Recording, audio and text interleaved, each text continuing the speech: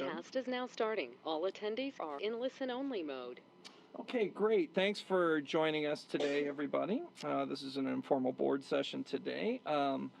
Item number one is, I don't have to call roll, do I? Chairman, I can take roll if Sure. you would like me to. Absolutely. Thank you. Good morning, Supervisor Gates. Here. Supervisor Galvin. Here. Supervisor Sellers. Here.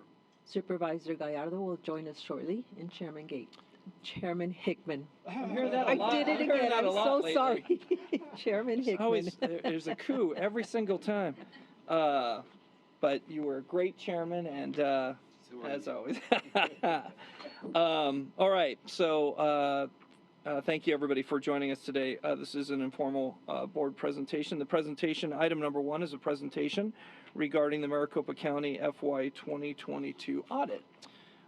So I thank you for joining us today. So with the Auditor General's office today, we welcome Lindsay Perry. And I didn't know if you wanted to introduce your staff. Yes. Can everybody hear me? I think so. I can. I don't know if those at home can. Son. Okay. Chairman Hickman, Board of Supervisor members, Lindsay Perry, the Auditor General's office. Joining me, Dave Glennon, he was the audit manager for the county's audits, and Natasha Como, she was the audit senior. So we appreciate you taking time this morning to hear Maricopa County's fiscal year 22 audit results. Our presentation today, as you know, is in accordance with a 2021 law, state law, that directs the county board to require its auditors, my office, to present the audit results and any findings to the board in a regular meeting without the use of a consent agenda within 90 days of the audit's completion. So here we are. This is a great opportunity for us to be in front of you, present the results, and also answer any questions that you might have. Today, we will be discussing our audit work for 3 required annual reports. The first report is the county's annual comprehensive financial report. This presents the county's annual financial statements and our opinion as to whether the county's financial statements are presented fairly in accordance with all the United States Generally Accepted Accounting Principles, or GAAP. As auditors, we like acronyms, so GAAP. It's wonderful to report for fiscal year 22. We reported an unmodified or clean opinion, which means that the county's financial statements are reliable. We sent each of you links to this report in an email dated December 22nd, 2022.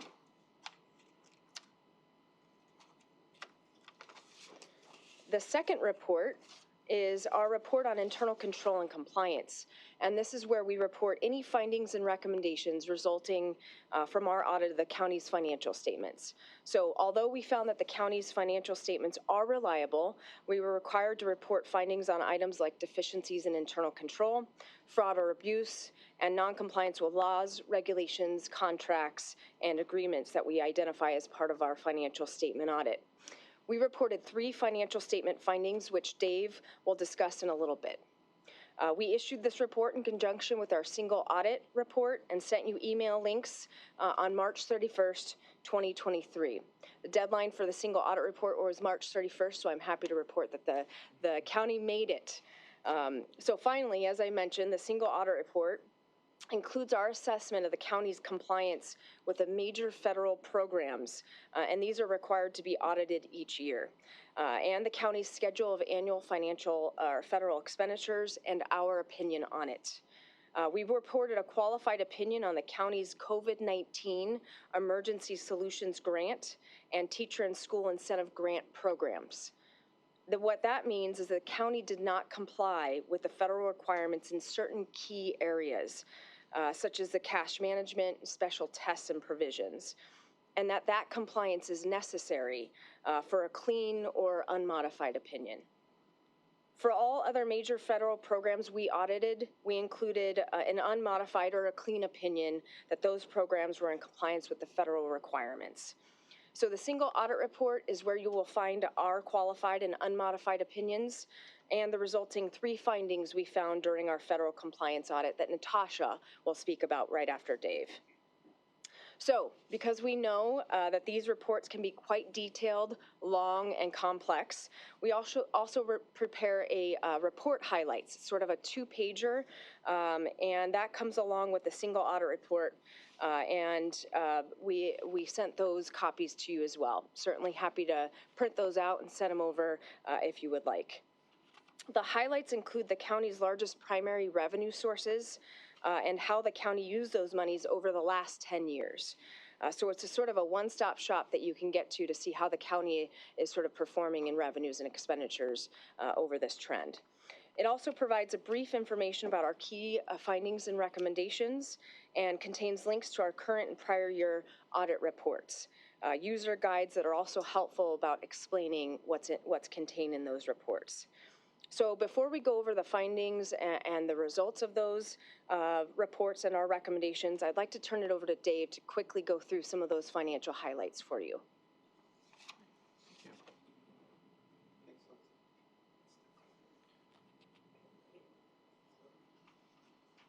So welcome, Mr. Glennon. Thanks for joining us today. Thank you. Thanks for having me back. This is my second year now presenting. Good. So as Lindsay stated, my name is Dave Glennon, and I am the audit manager for the county's audits. I would like to take this opportunity to present to you some key financial information for the county for the last 5 years, and then walk through the county's audit results. The county's four main sources of revenue consist of shared state sales taxes, county property taxes, federal and state grants and programs, and county sales taxes. As you can see from the graph, these revenues have been increasing over the last 5 years. The most significant increase have occurred over the last 3 fiscal years in shared state sales taxes and federal and state grants and programs.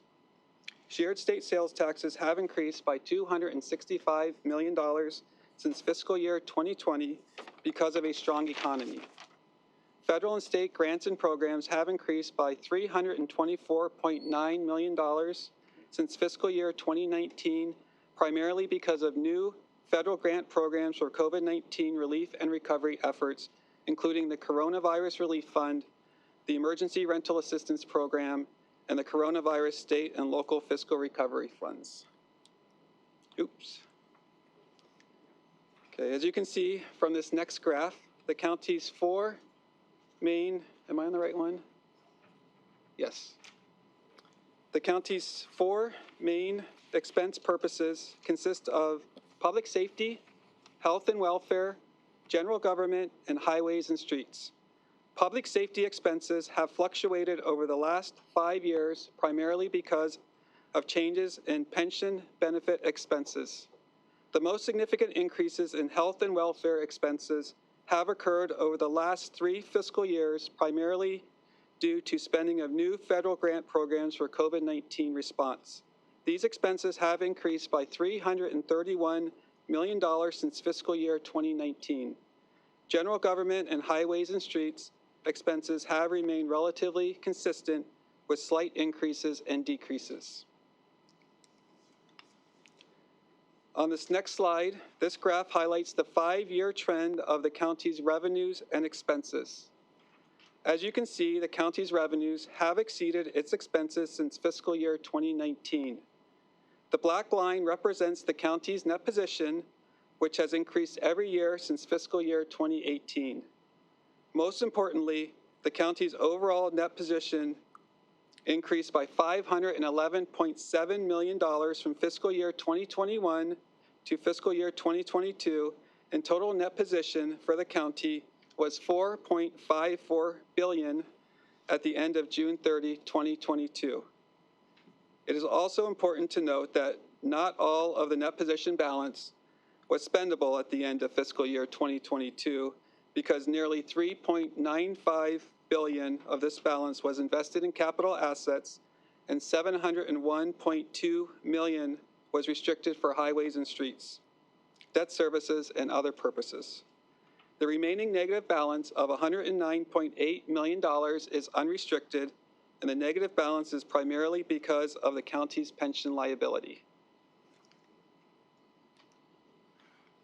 Finally, I would like to highlight the county's federal expenditures that are presented each year in the single audit report.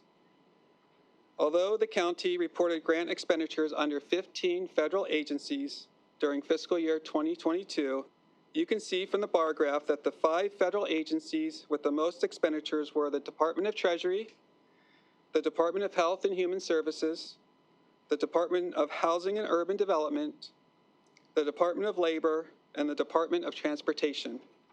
You can also see there was an increase in federal expenditures of $348 million between fiscal years 2019 and 2021, primarily because of new grant programs for COVID-19 relief and recovery efforts, including the Coronavirus State and Local Fiscal Recovery Funds, the Emergency Rental Assistance Program, and the Coronavirus Relief Fund. Okay, now I'm going to transition into talking about the findings in the report. As previously noted, in the single audit report is the report on internal control and on compliance, where you will find our financial audit findings along with the county's responses to them.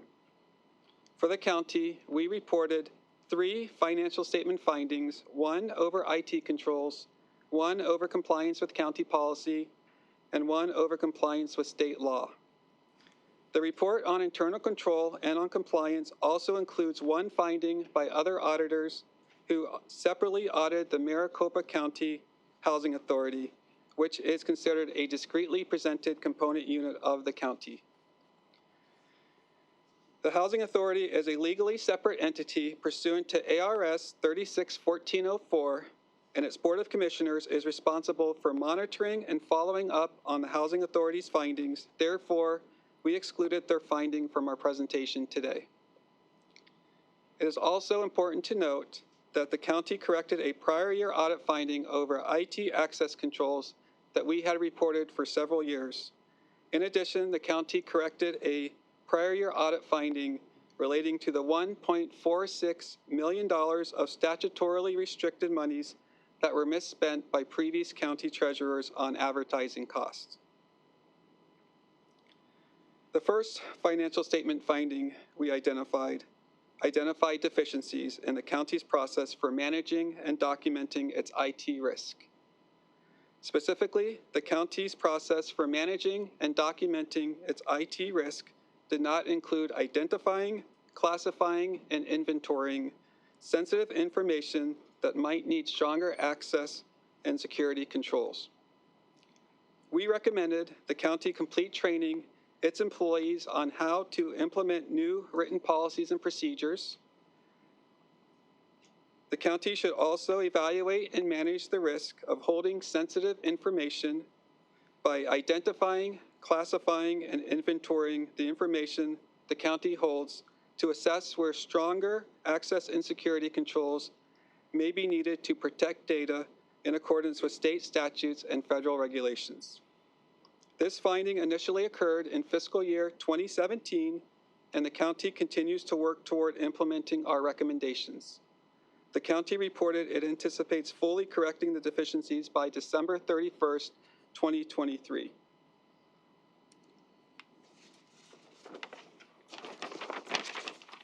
The second financial statement finding identified purchases the former assistant county school superintendent made with a county purchasing card that did not comply with county policy.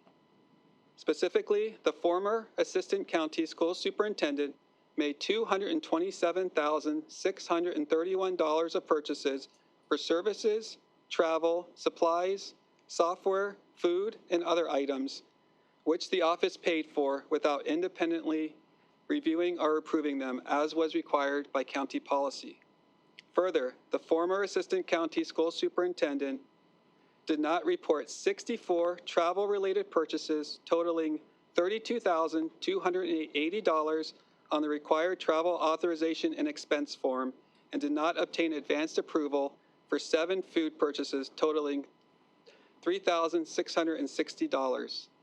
Finally, the former assistant county school superintendent made 2 purchases totaling $606 for items used as employee participation incentives that were not allowed under county policy. The county paying for purchases that did not comply with county policy put public monies at risk of misuse and possible violation of the Arizona Constitution, which bans the gift of public monies. We recommended the CSS office, 1, require its employees to follow the county's established policy when using purchasing cards, such as maintaining monthly reconciliation reports and providing them to a supervisor for review and approval, completing the county's required travel authorization and expense form for travel and related expenses, obtaining advanced approval for food purchases from the county school superintendent or his designee, and limiting purchases for employee incentives to nominally priced items not exceeding $100 in value. We also recommend the CSS office periodically monitor employee cardholders' purchasing card purchases and notify the Office of Procurement Services when an employee fails to follow county policy so the county can take timely and appropriate corrective or disciplinary actions, such as revoking card privileges and requiring repayment of unallowable purchases. The county reported it anticipates the CSS office will fully correct the deficiencies by June 30, 2023, so later this month.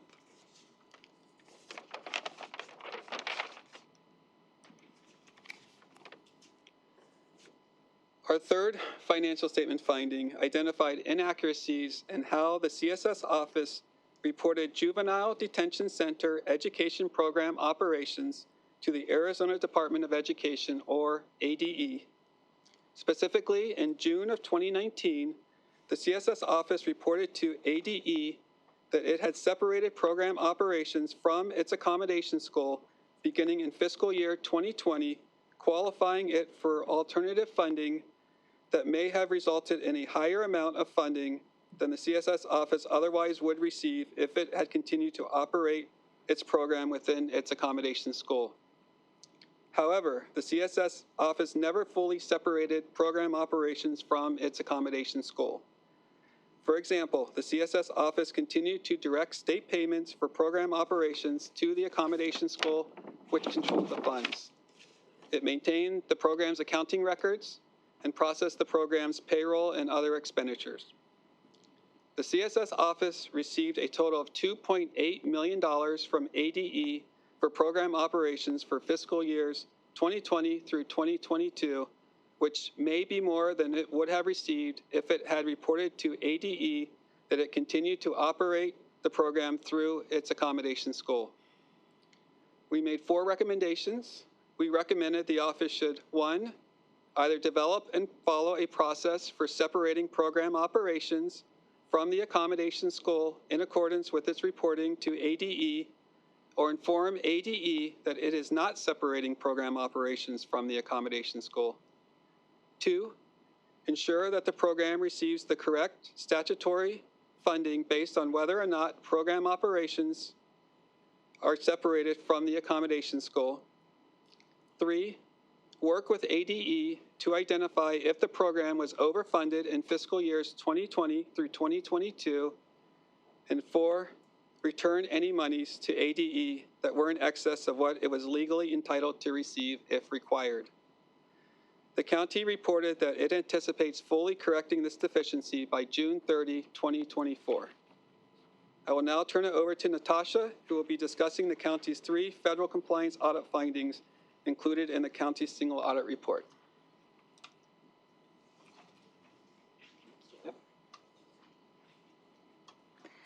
Good morning. My name is Natasha Como, and I'm the audit senior for the county's audits. As Dave mentioned, I will briefly go over the federal compliance findings that are included in our single audit report.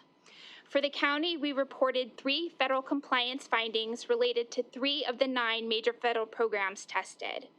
Our single audit report also included 1 finding by other auditors who separately audited 2 major federal programs, and these were administered by the Housing Authority of Maricopa County.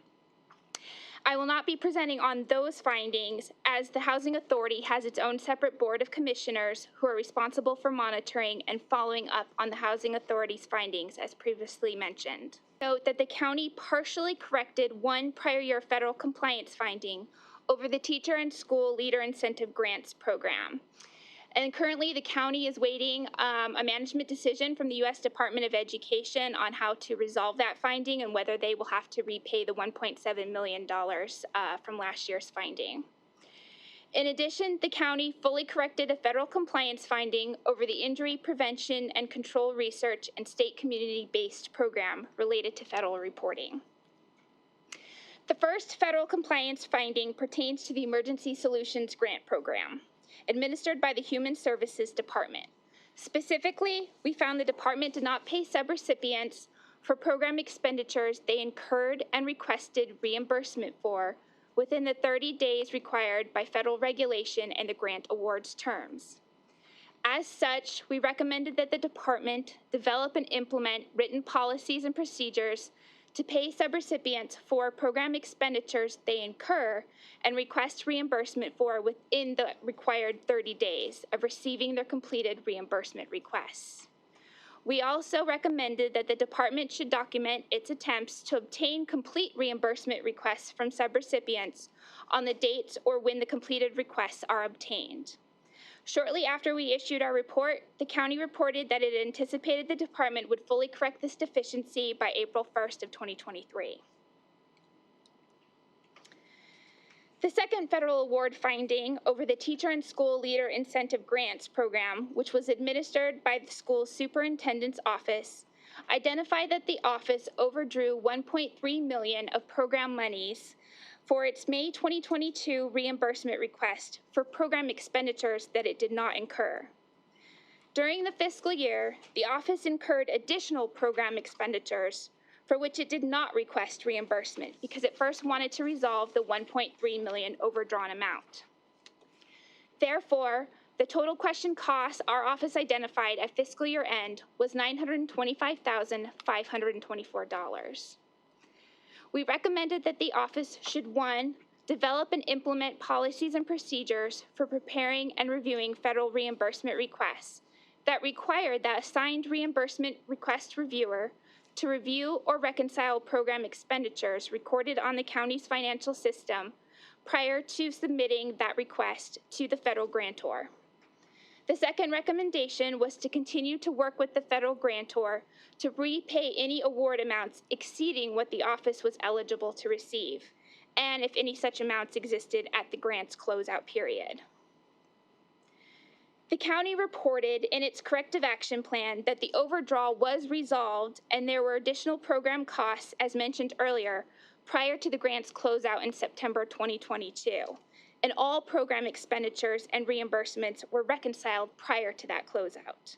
We will follow up on the corrective actions taken as part of the county's fiscal year 2023 audit. The third federal award finding pertains to the Emergency Rental Assistance Program, again administered by the county's Human Services Department. During the audit, county management reported to us that it had identified 6 suspicious payments totaling $135,125 that it made to potentially fraudulent claimants during the fiscal year.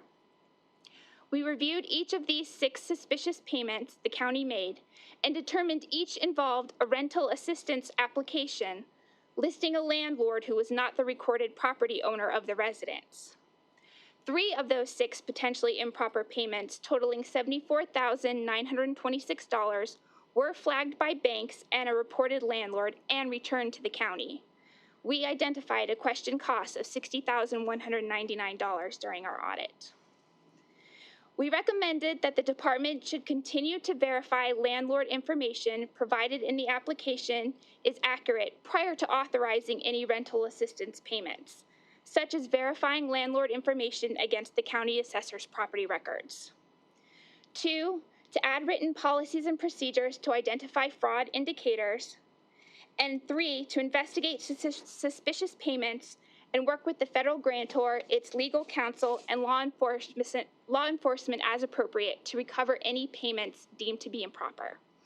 And 4, to repay any uncovered amounts to the federal grantor if required. The county reported that it anticipates fully correcting this deficiency by June 30th, 2023 of this year. You may be wondering what happens next regarding the federal compliance findings. Federal regulations require the federal grantors, in this case for the 3 findings we're mentioning, the U.S. Department of Housing and Urban Development, U.S. Department of Education, and U.S. Treasury to issue management decisions within 6 months of our audit reports being accepted by the federal government's clearinghouse. Our audit reports were accepted on March 31st, 2023, so we expect management decisions to be issued by September of this year. Each management decision will state whether the audit finding is sustained, the reasons for the decision, and the expected action to repay disallowed costs, make any financial adjustments, or take other actions. Prior to issuing a management decision, the federal grantor may request additional information or documentation as a way of mitigating disallowed costs. For example, the county may need to provide the federal grantor with documentation to support its claim that the question costs of $935,925 for the Teacher and School Leader Incentive Grant Program were resolved prior to the grant's closeout. As mentioned earlier, we will follow up on these findings as part of the county's fiscal year 2023 audit, which will begin this summer. Our follow-up will focus on whether the county implemented our recommendations and complied with all applicable laws and regulations. Additionally, the federal grantor may decide to review prior year information as part of their responsibilities to follow up on our audit findings, up to the applicable federal records retention period, which is generally 3 years from the last expenditure or final report.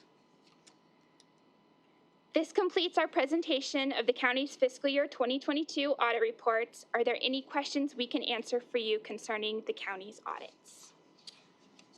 Thank you for that presentation. So thank you guys for joining us.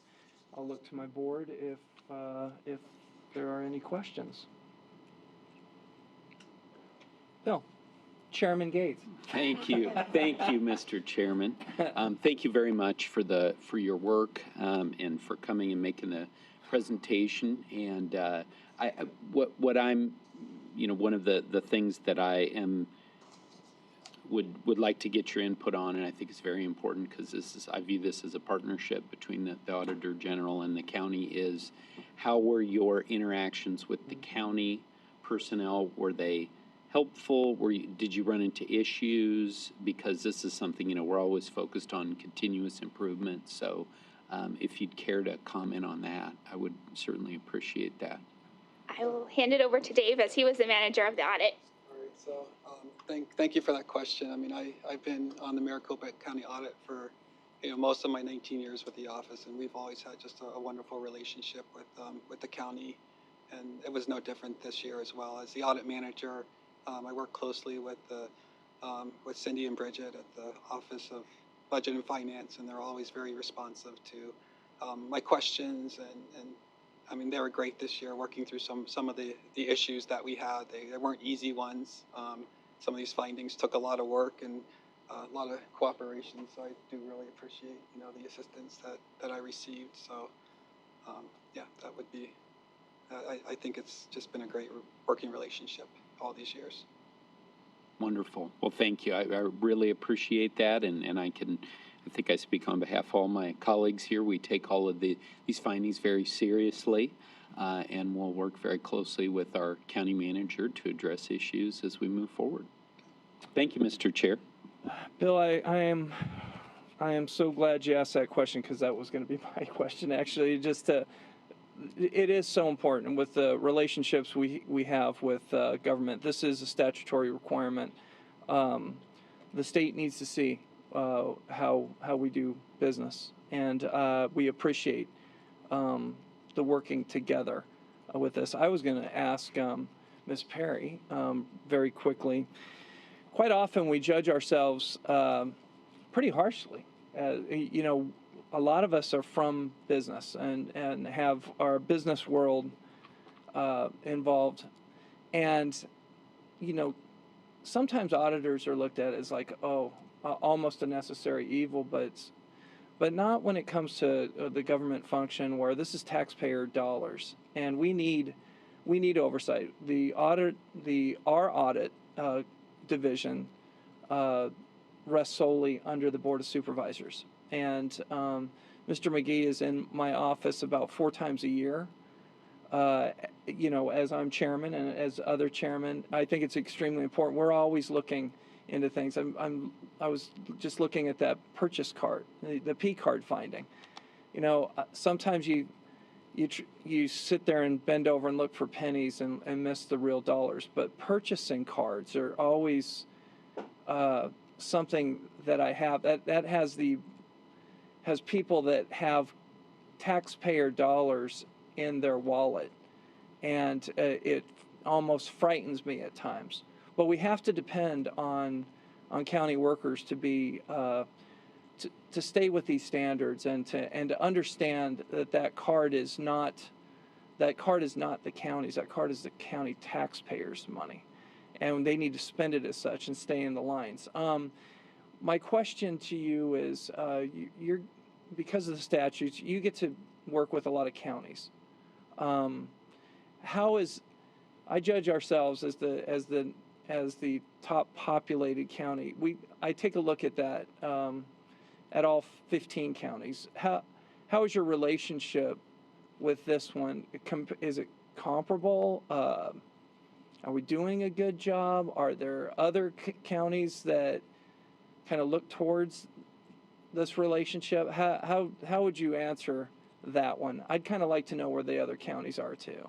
Mr. Chairman, appreciate the question. So when you talk about P cards, purchasing cards, that certainly is a high-risk area. So that's something that we look at all counties, and we don't audit all counties. We contract some of those out, but we ensure that our contract auditors are also looking at that area.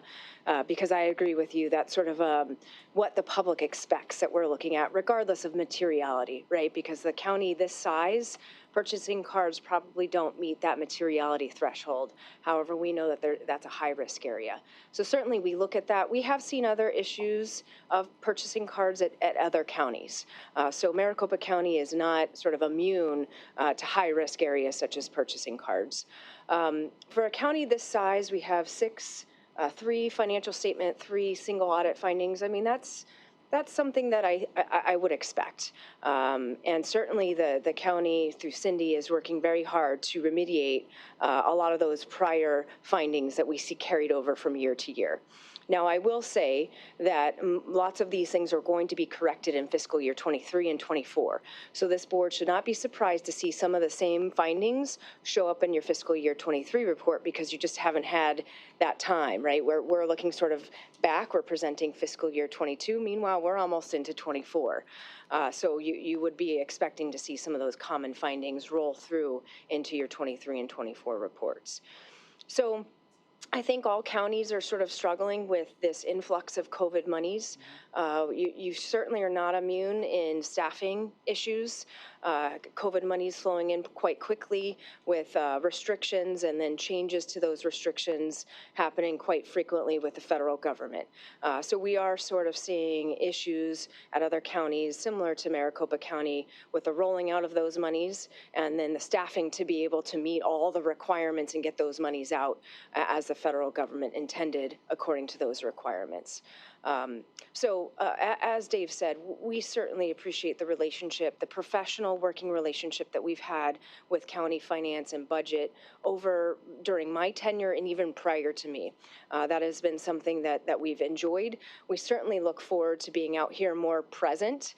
I think with sort of us moving back into more in-person work, we certainly appreciate being in person and being able to be sort of face-to-face.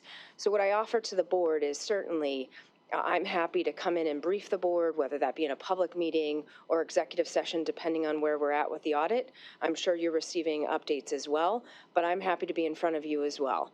Additionally, you have a robust internal audit function. I'm happy to work with them, make sure we're not duplicating effort and we're really spreading out. Of course, there's things that we have to look at, but whether we can sort of pair up and understand what the risks for them are and give them good guidance, I'd certainly be open to doing that with your internal audit folks.